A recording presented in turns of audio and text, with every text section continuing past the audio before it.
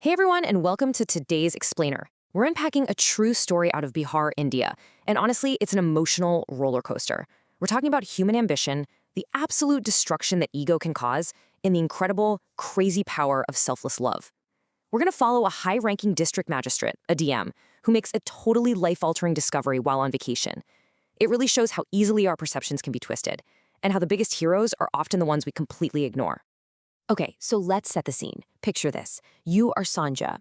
You're a wildly successful DM, you've got immense power, you command thousands of people, and naturally, your job is incredibly stressful. So you take a well-deserved vacation to Shimla, this beautiful mountain city, just to clear your head. You're walking down Mall Road, tourists everywhere, and suddenly you lock eyes with a destitute beggar on the street.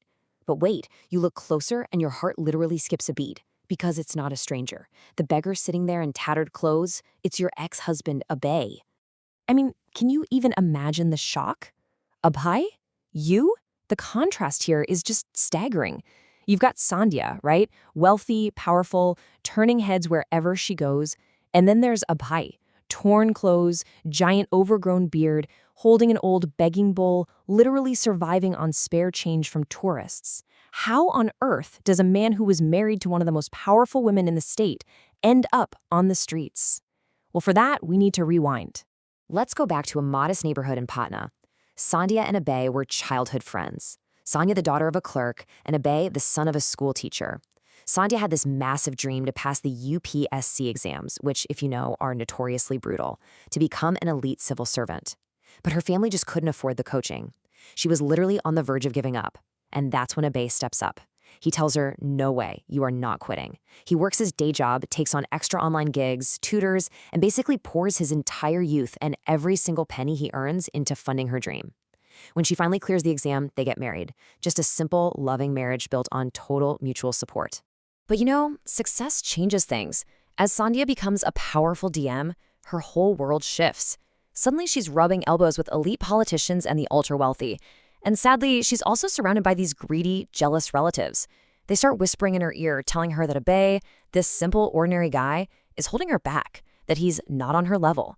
And slowly but surely, this toxic ego starts taking root in her mind. All that immense gratitude she used to feel, it gets completely swallowed up by her new status and self-importance. And it wasn't just gossip. Her relatives actually orchestrated a full-blown conspiracy. They handed Sandhya forged documents claiming Abhay was secretly taking bribes and using her powerful name to get them. Blinded by anger and her new elite echo chamber, she believed the fake evidence immediately. She completely shut down. Abhay was desperate, begging for a fair investigation, insisting he was innocent. But her ego, it completely blocked him out. So we get to this tragic moment outside the courthouse. Abhay, with tears in his eyes, looks at the woman he literally sacrificed his life for and says, if you think you'll be happy without me, I will go. And he just walks away, disappears entirely.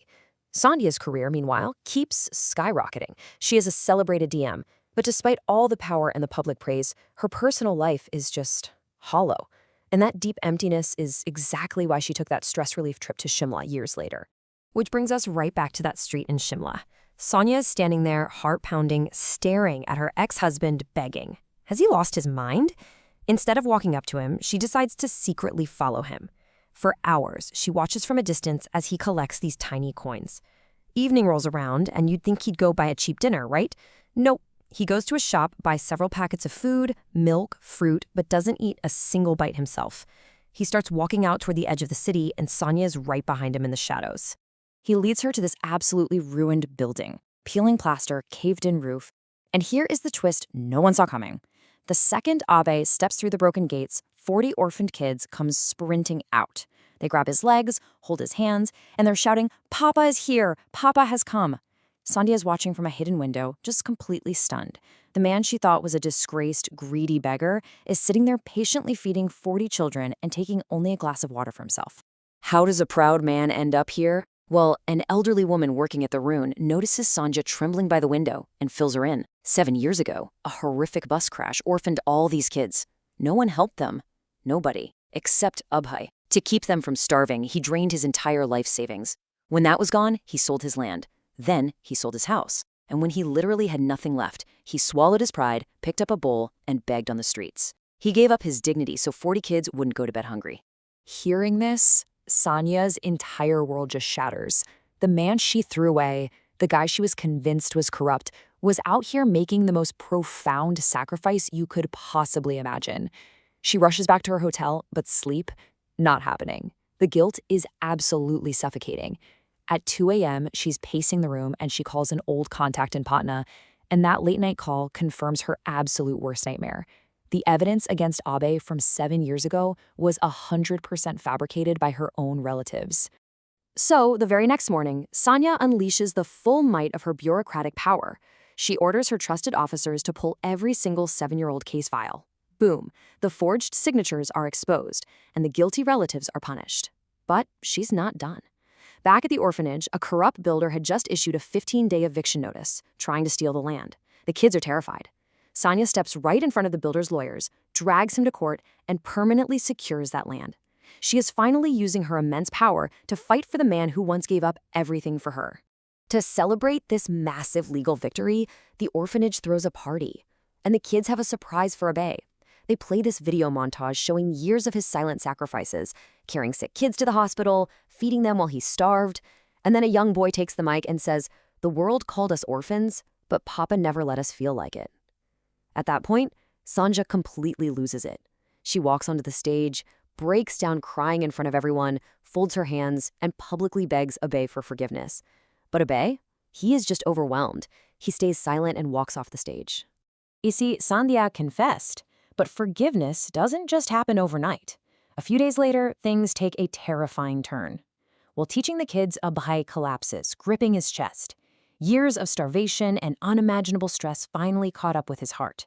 He's rushed to the hospital, completely critical. Sonia's terrified.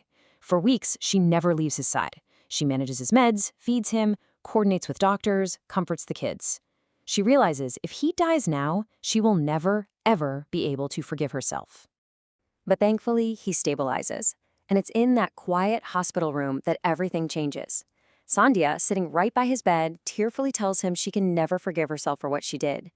Abhay just looks at her, and with such incredible grace, he says, "Mistakes happen, but accepting them is bigger." He tells her that her willingness to own up to it and fight for the truth was enough. And in that one moment, he lifts this crushing, years-long weight of guilt right off her shoulders. Once Abhay is fully healed and back at the orphanage, the kids realize something amazing. They've got their papa back, but they've also grown incredibly close to Sandhya. She's become like a mother to them. So they hatch a plan. They team up with local volunteers, secretly string up beautiful lights and flowers all over the orphanage, and invite Abhay and Sandhya to a special Sunday event. The two show up, totally confused, and the kids lead them to the stage. A little girl takes the mic, tears in her eyes, and says, "God gave us a papa, and then God sent us a mommy. Please don't ever separate again." Sandhya is crying freely. She gently takes Abhay's hand and tells him she won't force him, but asks if he has any room left in his heart for a second chance. The whole courtyard goes dead silent. Abhay looks at the hopeful faces of 40 kids, then at the genuine remorse in Sonia's eyes, and he delivers the absolute climax of this whole journey. He says in Hindi, "Is baar hamara rishta ahankar se nahi, vishwas se chalega." This time our relationship will run on trust, not ego. He takes her hand, and the entire orphanage just erupts into cheers. Right there, on that simple stage, surrounded by their 40 kids, Sandhya and Abhay get remarried. No fancy bureaucratic wedding, just something real and beautiful. And together, they were an unstoppable team. They combined Sandhi's resources and admin skills with Abhay's deep compassion. Over the next few months, they completely transformed that ruined building. They built a brand new school, opened a modern library, and secured the future for all 40 children. Those kids went from having absolutely nothing to having a thriving community, a mother, and a father. This explainer really makes you think, doesn't it? We've seen how ego and the toxic whispers of other people can destroy the strongest bonds, and how real trust requires just an incredible amount of vulnerability. So as we wrap up this remarkable case study, I want to leave you with a question to chew on. If you were Sandhya, after years of silence and realizing the sheer massive scale of your mistake, would you have the courage to swallow your pride and beg for forgiveness? Think about that. Thanks so much for joining me today, and we'll catch you in the next explainer.